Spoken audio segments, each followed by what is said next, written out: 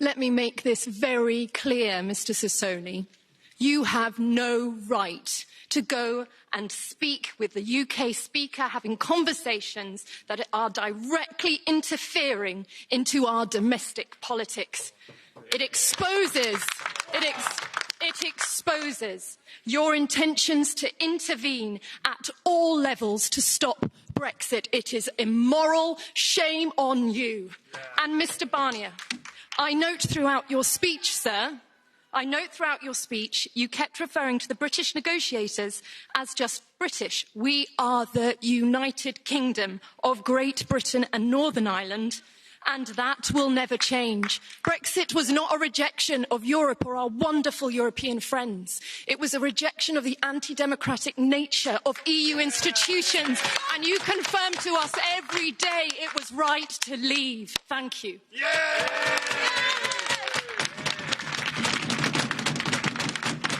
Thank you very much, and I want, in fact, to start by responding to Mrs. de Lucy, who is attacking here this Parliament, saying that we are undemocratic, while they are here elected here, and they are not elected in the British Parliament. So who is more democratic, you think? Who is more democratic? In your own country, neither in the UKIP, before or Brexit, has one representative in the British Parliament. And here, where you have more than, I don't know, too much representatives, you're saying that we are not democratic. Crazy is this. But that said, I will be less diplomatic than Michel Barnier. I think that the proposal that Boris Johnson exactly 1 week ago has put forward was not serious at all, dear colleagues. Not serious at all, because it was, in fact, I call it a virtual proposal. It was not a real proposal. It gives, in fact, a veto to the DUP in a number of issues. It is putting custom facilities, not on the border between Northern Ireland and the Irish Republic, but in all the other parts of the island of Ireland that we don't know yet. And finally, the proposal is to downgrade the political declaration and the future relationship by undercutting, in fact, by making a sort of Singapore at the sea, at the North Sea, like they like there behind me, these 20, but by, in fact, destroying the ecological, social and labour standards. And I have to tell that to Richard Corbett, because he's a Labour representative. I can never understand that today there are 20 or so Labour MPs thinking to vote together with the government of the UK for such a deal. That should be the contrary of all the things that Labour has always defended in the past. And okay, I hope that it is not happening. But the real reason why this is all happening is very simple. It's a blame game. A blame game against everybody. A blame game against the Union, against Ireland, against Mrs. Merkel, against the British judicial system, against Labour, against the Lib Dem, even against Mrs. May. The only who is not be blamed is Mr. Johnson himself, apparently. But all the rest are the source of our problems. That is what is happening today. And all those who are not playing his game are traitors, or a collaborator, or surrenders. Well, in my opinion, dear colleagues, the real traitor is he or she who risks bringing disaster upon his country, its economy and its citizens by pushing Britain out of the European Union. That's, in my opinion, a traitor.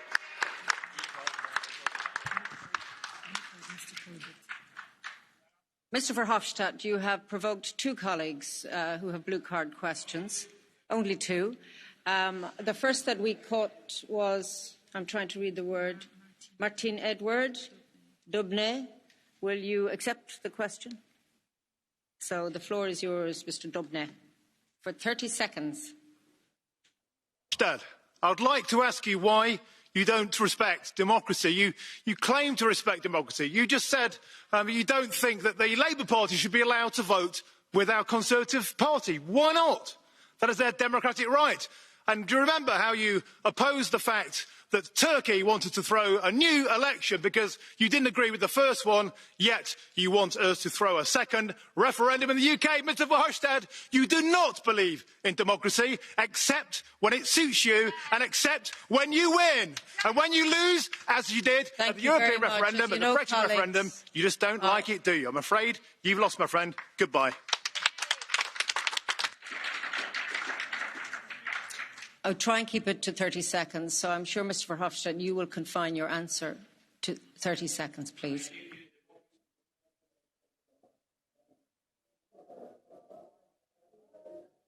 The mic appears not to be working. Democracy, you can change your mind.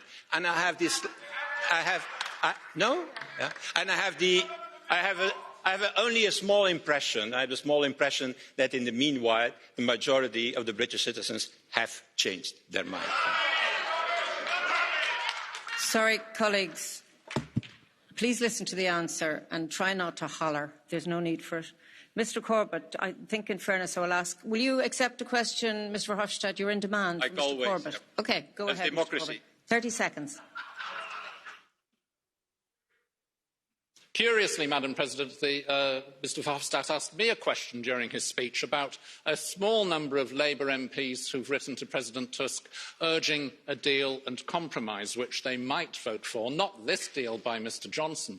But another way to stop Mr Johnson, of course, would be to vote no confidence in the House of Commons and put Jeremy Corbyn in number 10. But it's the Liberal Democrats who are opposed to that. They say they'll do anything to stop Brexit, but they won't even put Jeremy Corbyn in Downing Street as a temporary government. I'm sorry, Mr Corbett, it wasn't a question.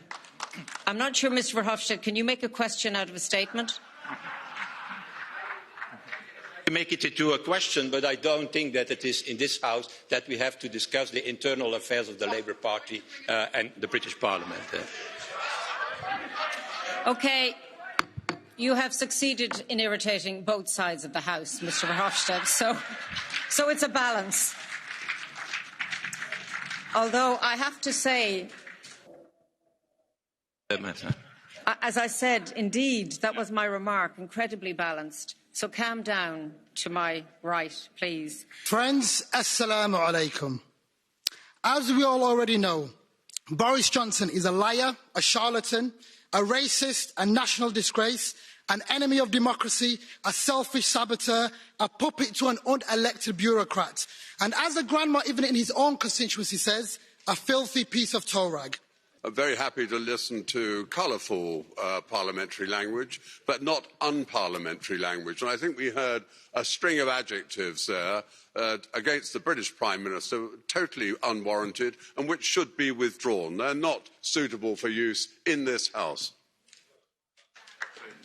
I am reminded, colleagues, that we do have a rule. It's called Rule 10, and we try and have mutual respect between members and respect for the dignity of Parliament, maintenance of security and order on our premises. So I do try and ask people to be respectful to one another, even where you have difference. So perhaps our next speakers would try and live by that code. Monsieur Barnier, will you please explain to this chamber and indeed the citizens of Europe why you refuse to adopt the recommendations of your own expert, Lars Carlsson, in his report, Smart Borders 2, his excellent 48-page report produced in November 17, confirming that using existing technologies, existing best practices around the world, that actually you could have a friction-free border in Ireland. Why, sir, do you continue to reject that recommendation? May I put it to you?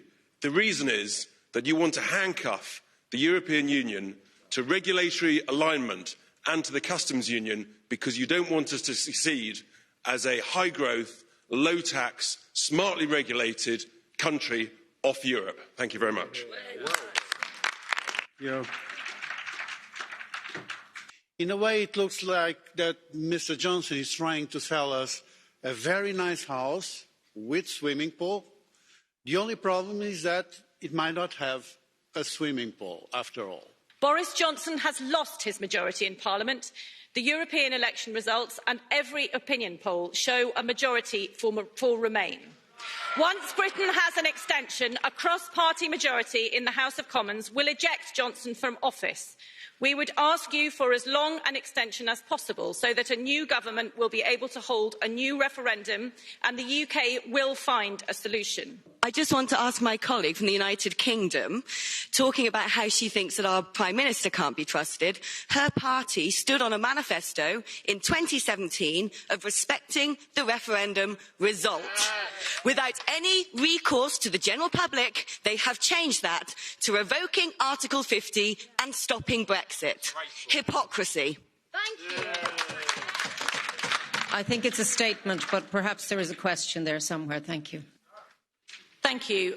In response to that, I would like to say that there is no clarity, and never was, about what type of leave was on the referendum.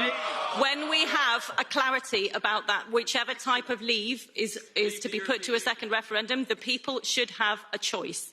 And in response to the revoke thing, that would be after a general election and therefore after a clear vote to remain.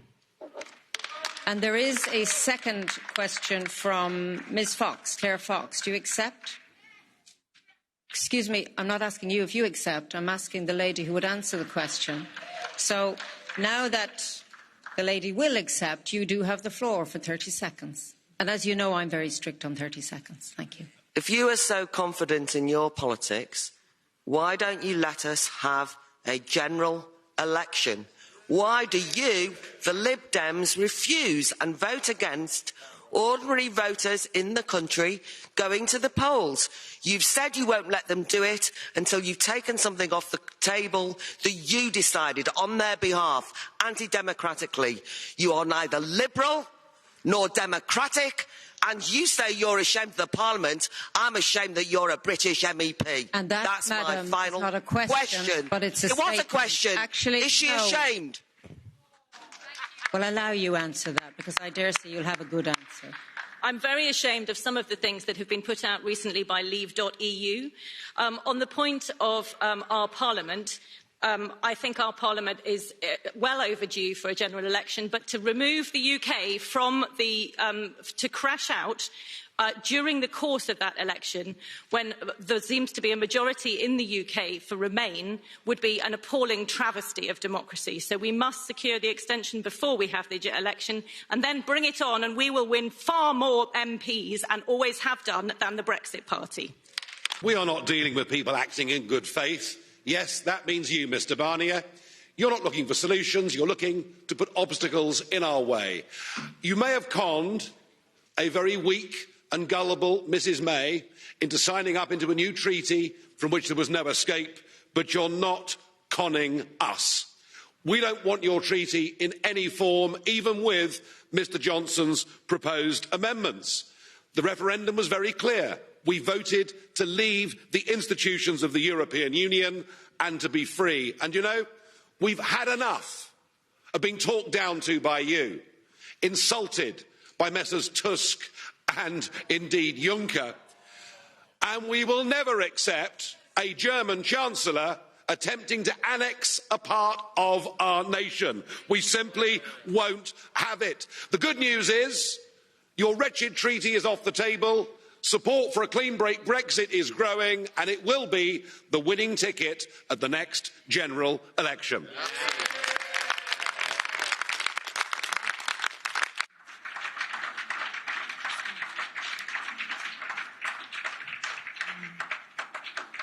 I didn't think we were discussing the UK's next general election. I thought we were discussing Brexit. You have, of course, provoked some reaction from colleagues. Will you accept blue card question? Ms Bunting. Am I on? Hi. Yes, the country voted, the UK voted to leave the EU, but they didn't know what they were voting on, and they were misled.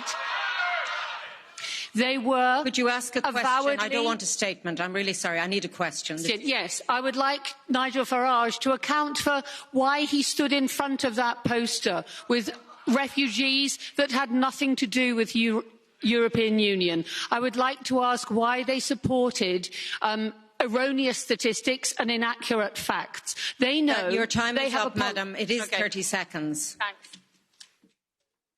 I have two other colleagues who want to ask questions, and I'm going to allow it even though we are over. So, Mr. Farage, will you answer that, please?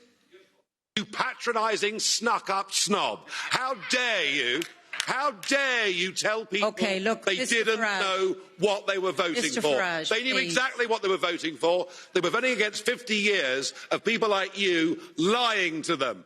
They did it, you promised, you'd enact it, and you, the Lib Dems and others, have betrayed the greatest democratic exercise in the history of our nation.